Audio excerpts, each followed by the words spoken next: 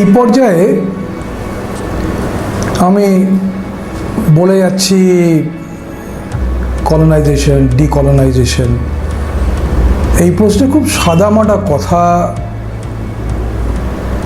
যেগুলো খুব সাধারণ মানুষ হিসেবে মনের মধ্যে ভেসে উঠছে, প্রশ্নগুলো উঠছে, সেগুলোই খুব যেখান থেকে হয়তো আমার শ্রোতা বন্ধুরা আমাকে পরিচালনা করতে পারবেন আরও অনেক, কি আমার পড়া উচিত, কি আমার জানা উচিত, কি ভাবে এটাকে আমার এই বক্তব্যটার পিছনে কি বিশ্লেষণ থাকতে পারে, রাজনৈতিক, দার্শনিক ইত্যাদি ব্যাপারে আমি আমার শ্রোতা বন্ধুরা তাদের বিদ্যা পাণ্ডিত্য দিয়ে আমাকে পরিচালনা করবে, সেই স্বার্থ থেকেই আমি এই দায়টা নিচ্ছি আর কি বলার। নানান কাজে ব্যস্ত থাকি, থিয়েটারের লোক, তাও সেটা গ্রামে গিয়ে করি। করোনা চলাকালীন থিয়েটার খুব একটা হচ্ছে না, মানুষের পাশে থাকতে হচ্ছে, যারা আমাদের সারা বছর নাটক দেখে তাদের পাশে থাকতে হচ্ছে। তো সেই স্ট্রেসটাকে বাইরে সরিয়ে রেখেও কিছুটা বলছি, তার কারণ শেখার আগ্রহ থেকে। এটা আমি আমার বন্ধুদের কাছে বলছি যে তারা যারা শুনছেন তারা আমার অজ্ঞতা, আমার সীমাবদ্ধতার দিকে নজর রাখুন এবং আমাকে এগিয়ে নিয়ে যেতে সাহায্য করুন। আমি যদি এগিয়ে যেতে পারি তাহলে আমি যে হাজার হাজার মানুষের সঙ্গে কাজ করি গ্রামে, তাদেরকে এগিয়ে নিয়ে যেতে আমার পক্ষে সুবিধা হবে। আমার খুব আমি যেহেতু সুজয় গাঙ্গুলি যেমন বলে যে জীবনের প্রত্যেক স্তরেই আমরা পরাধীনতা থেকে স্বাধীনতার দিকে যাই, ফ্রিডম ফ্রম থেকে ফ্রিডম টু। সুতরাং আমাদের জীবনযাপনের মধ্যেই আমরা বিভিন্ন স্তরে নিজেদেরকে সেই অর্থে ডিকলোনাইজ করি। তার ডিকলোনাইজেশন একটা আলাদা পার্সপেক্টিভ আছে, এবং এটাও সে সতর্ক যে কালেকটিভ কোনো ইগো থেকে আমি যদি পাশ্চাত্যকে দেখি তাহলে সেক্ষেত্রে আমিও একটা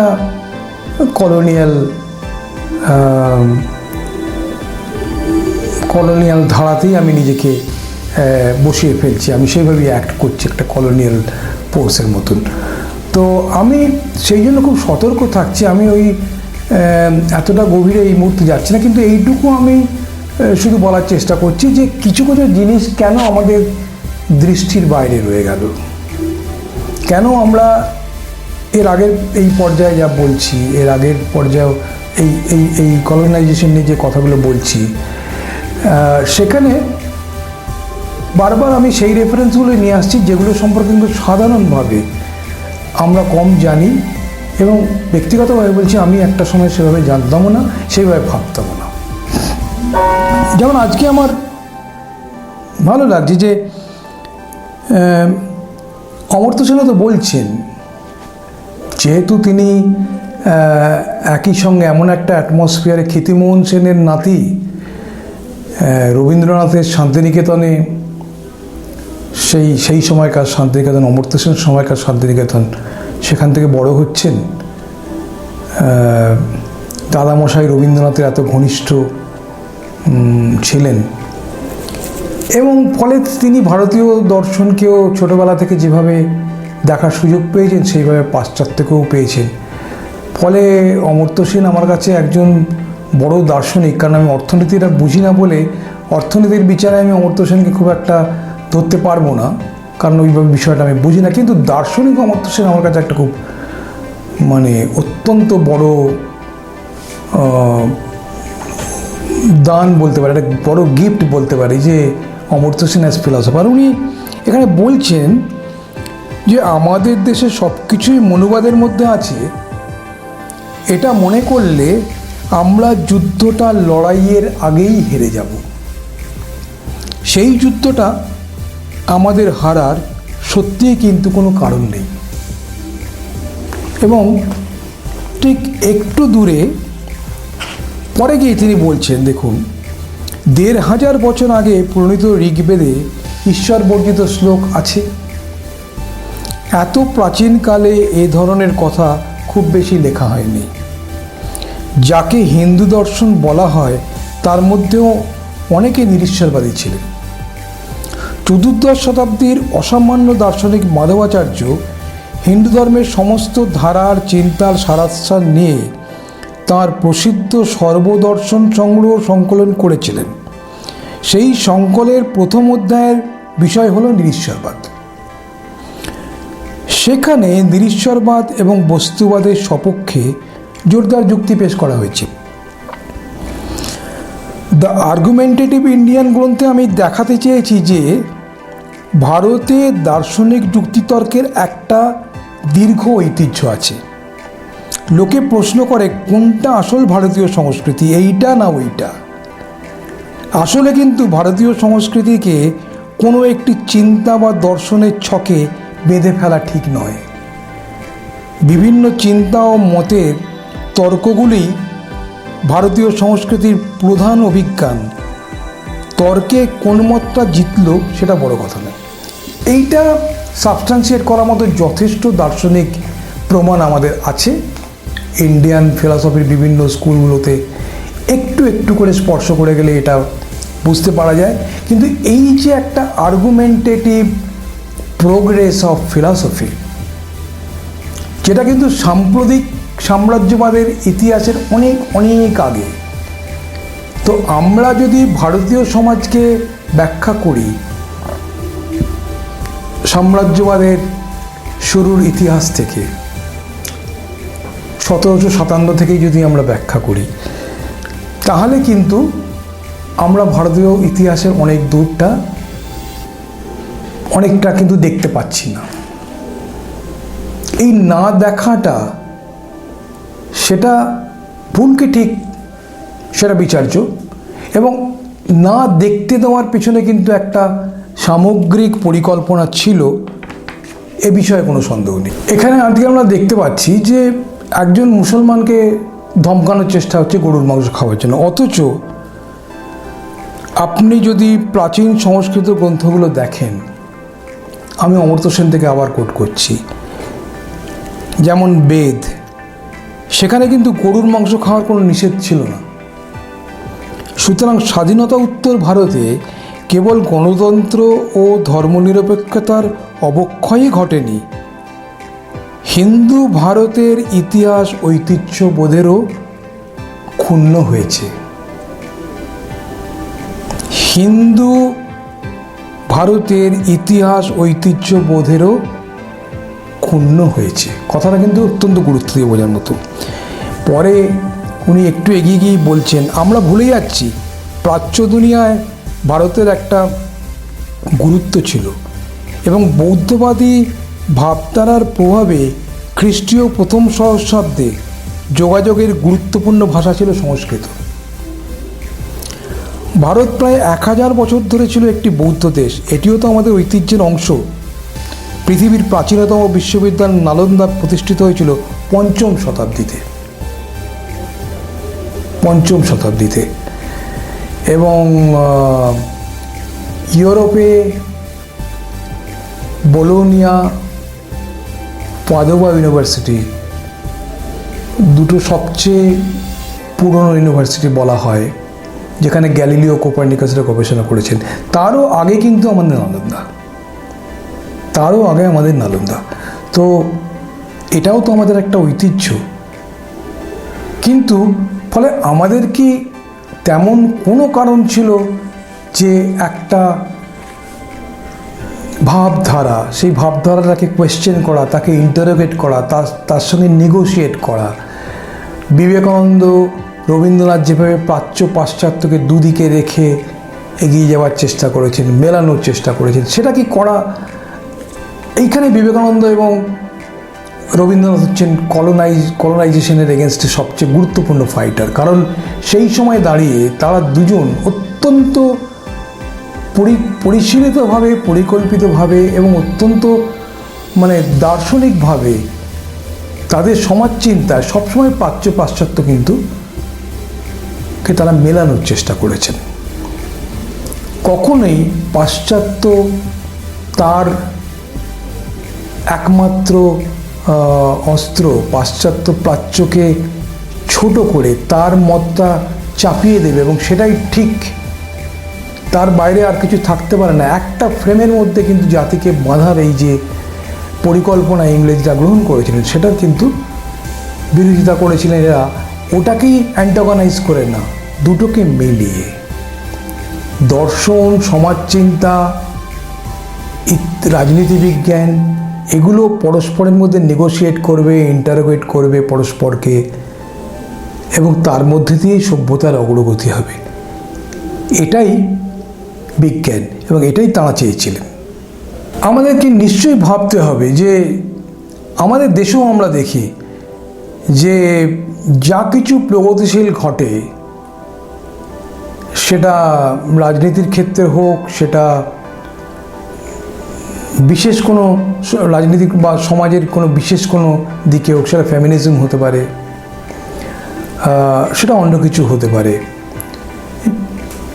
যখনই কোনো ভালো কিছু হয় সবসময় পাশ্চাত্য চেষ্টা করে এটা আমাদের ক্রেডিট। এখানে কোথাও গিয়ে আমার মনে হয় যে আমরা এখনও কিন্তু কলোনিয়াল মাইন্ডসেটটাকে তার বাইরে বেরোতে পারছি না, আমরা সেই অর্থে লিবারেটেড নয়। আমাদের মনোজগতের মধ্যে এখনও ইন্টারনালাইজড কলোনিয়ালিজম একটা রয়েছে। যা কিছু ভালো হবে সেটা হচ্ছে পাশ্চাত্যের প্রভাবে হচ্ছে। ইরানে মানুষ গণতন্ত্রের দাবিতে আন্দোলন করছে, সেটাও পাশ্চাত্য বলছে না আমাদের। অথচ ইরানের একটা গণতন্ত্রের সুদীর্ঘ ঐতিহ্য আছে, যেটা খ্রিস্টপূর্ব 3য় শতাব্দী পর্যন্ত চলে যাওয়া যায় ইরানের গণতন্ত্রের ইতিহাস খুঁজতে খুঁজতে। সেইটা কিন্তু আমরা দেখব না। আমরা বলবো যে ইরানের গণতন্ত্রের দাবিতে যে আন্দোলন, সেটা হচ্ছে পাশ্চাত্যের ভূমিকা, অর্থাৎ পাশ্চাত্য আমাদের শেখাচ্ছে। আমাদের এখনও একটা ধারণা যে আমরা হচ্ছি, আমাদের দেশটা, আমাদের সংস্কৃতি, চিন্তা, ঐতিহ্য, ইতিহাস, দর্শন এসবগুলোর কোনো মানবিক, প্রগতিশীল, বৈজ্ঞানিক ধারা নেই, কিন্তু সেগুলো আছে। এবং এই বৈজ্ঞানিক ধারা বলতে আমার মনে হচ্ছে যে আমরা বরাহমিহির, ব্রহ্মগুপ্ত বা আর্যভট্ট সম্বন্ধে আমরা তো সেভাবে জানি না, এবং তখনই কিন্তু ওরা একটা বস্তু আর একটা বস্তুকে পরস্পর আকর্ষণ করে। মাধ্যাকর্ষণের যে ধারণা, সেটা 499 খ্রিস্টাব্দে আর্যভট্টর লেখা বইতে আমরা দেখতে পাচ্ছি। অঙ্ক কোষে নিউটনের মতন ভ্যালুটা জিএর বার করতে পারেনি, কিন্তু আইডিয়াটা কিন্তু ছিল আর্যভট্টের ধারণার মধ্যে, বরাহমিহিরের ধারণার মধ্যে, এটা কিন্তু ছিল। অর্থাৎ বিজ্ঞান চর্চারও কিন্তু ভারতবর্ষতে বিজ্ঞান কোনোদিন ছিল না, বিজ্ঞান চর্চা ছিল না, এটাও ঠিক নয়। তো আমি বলছি আমি আগাগোড়া মনে হচ্ছে যেন একটা সুজয়ের কথা মনে পড়ছে যে কোনো একটা কালেকটিভ ইগো থেকে আমি বলছি কি না। আমি ডেফিনেটলি কনসিয়াসলি কোনো কালেকটিভ ইগো থেকে বলছি না, কারণ পাশ্চাত্যের কাছে আমিও বহুভাবে ঋণী। যে কোনো জাতি গড়ে ওঠে সংমিশ্রণের মধ্যে দিয়ে। বিবেকানন্দ সেই কারণেই শিকাগোতে 1893 এবং তারপরেও তিনি যতবার গিয়েছেন এবং বিভিন্ন লেখাপত্রের মধ্যে, উনি কিন্তু ফান্ডামেন্টালিস্ট নয়, উনি কিন্তু নিজের দেশের সব ভালো, আমার সংস্কৃতির, ঐতিহ্যের, দর্শনের সব ভালো তা কিন্তু নয়। উনি সেখান থেকে সরে এসছেন এবং সরে এসে সমস্ত চিন্তা, ভাবনা, দর্শন সব কিছুকে একটা হিউম্যান মাইন্ড তিনি গড়তে চাইছেন, একটা ধরনের মানুষ তিনি গড়তে চাইছেন, যে মানুষ স্বাধীনভাবে বিভিন্ন চিন্তা, বিভিন্ন ভাবনা, বিভিন্ন দর্শনকে অ্যাপ্রোচ করবে সাহসের সাথে, এবং সব সময় একটা ইন্টেলেকচুয়াল এক্সারসাইজের মধ্যে দিয়ে ইভলভ করবে। সেই অর্থে বিবেকানন্দ কিন্তু ফেইথকে সার্টিফাই করেননি। কোথাও তিনি বলেছেন ইন্টেলেকচুয়াল ফেথ, কিন্তু উনি ফেথের মধ্যে যাননি। উনি চেয়েছেন ইন্টেলেকচুয়াল প্রোগ্রেস, মানুষ তার বুদ্ধি দিয়ে ভাবনা চিন্তা করতে করতে এগোক। এবার অরিন্দম চক্রবর্তীর একটা বই মননের মধু, তার থেকে আমি একটু একটা খুব মজার কোট করছি, যেখান থেকে আরও বোঝা যাবে। উনি ভূদেব মুখোপাধ্যায় প্রসঙ্গে অরিন্দম চক্রবর্তী বলছেন, বর্ষ কতিপয় গত হইল, কোনো জেলার ম্যাজিস্ট্রেট সাহেব একটা সভা আহ্বান করিয়াছিলেন। সভাতে ইংরেজি ভাষায় ব্যুৎপন্ন এবং ইংরেজি ভাষায় অনভিজ্ঞ দুই প্রকারের লোকই উপস্থিত ছিলেন। একজন সভাসদ প্রস্তাব করিলেন সবার কার্যবিবরণ বাংলা ভাষায় লিখিত হোক। অমনি একজন কৃতবিদ্য গাত্রোত্থান করিয়া ঘৃণাসূচক হাস্য সহকারে ওই কথার প্রতিবাদপূর্বক ইংরেজিতে বলিলেন, বাংলা ভাষা ব্যবহারে প্রবৃত্ত করিলে দেশটি 200 বৎসর পাছু হইয়া যাইবে। ভাবিলাম এখনকার 200 বছর পূর্বে তো সম্রাট বিক্রমাদিত্যের সন্নিহিত সময়, সে সময়ে পৌঁছিলে দেশটি পাছু যায় না আগু হয়। কৃতবিদ্য মহাশয়ের অগ্রপশ্চাৎ বোধটি বড় সুপরিস্ফুট হয় নাই। অর্থাৎ এটা খুব একটা মজার কোট, কিন্তু এখানে অরিন্দম চক্রবর্তী একটা খুব সুন্দর রেফারেন্স নিয়ে এসছেন। সেটা হচ্ছে, এইখানে আমি আমার প্রতিবেদনটা আজকে এখানে শেষ করছি, যে সিসেরোকে সিসিলিয়া প্রদেশে শাসন করতে পাঠানো হলো এবং ফিরে আসার পর সেনেটে তার প্রতিপক্ষ তাকে আক্রমণ করে বললেন যে সিসিলিয়াতে একটি যুদ্ধও তিনি জয় করেননি, একটি শত্রুও বিনাশ করেননি, সিসেরো করেছেনটা কি? সিসেরো তার উত্তরে সদম্বে বলেছিলেন ভূদেবের ভাষায়, মানে ভূদেব মুখোপাধ্যায়ের ভাষায়, আমি সিসিলিয়া প্রদেশে রোমীয় অধিকার বদ্ধমূল করিয়াছি। আমি যাহা করিয়াছি তাহাতে ওই প্রদেশবাসীর চিরকালের জন্য রোমের দাসানুদাস হইয়া থাকিবে। আমি রোমীয় ভাষা অর্থাৎ ল্যাটিন ভাষা শিক্ষার নিমিত্ত 140টি বিদ্যালয় সংস্থাপিত করিয়াছি।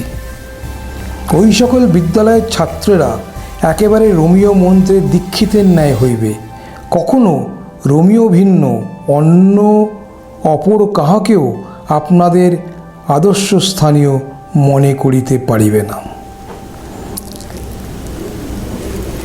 এটা ঠিক আমি আমার দার্শনিক কৃষ্ণচন্দ্র ভট্টাচার্যের আইডিয়া ইন স্বরাজ প্রবন্ধটার কথা মনে পড়ছে। তো যে কথাটা আমরা বলতে চাইছিলাম যে ভারতবর্ষে কলোনাইজেশন, ঔপনিবেশিকতা একটা শিক্ষা সংস্কৃতিকে ধরে একটা ইতিহাসকে আমাদের সামনে রেখে আমাদের ভারতীয় ধারণাকে বিকৃত করে আমাদের মধ্যে একটা পিছিয়ে পড়া কুপমণ্ডুক জাতি হিসেবে প্রতিপন্ন করে তবেই কিন্তু 190 বছর ঔপনিবেশিক শাসন ছিল। শুধু বন্দুক দিয়ে কিন্তু এটা করা সম্ভব ছিল না। স্বাধীনতা উত্তরকালে আমাদের রাজনীতি চর্চায়, আমাদের সমাজ চর্চায় আমরা নিজেদেরকে কতটা ডিকলোনাইজ করতে পারলাম, সেটা কিন্তু একটা বড় প্রশ্ন।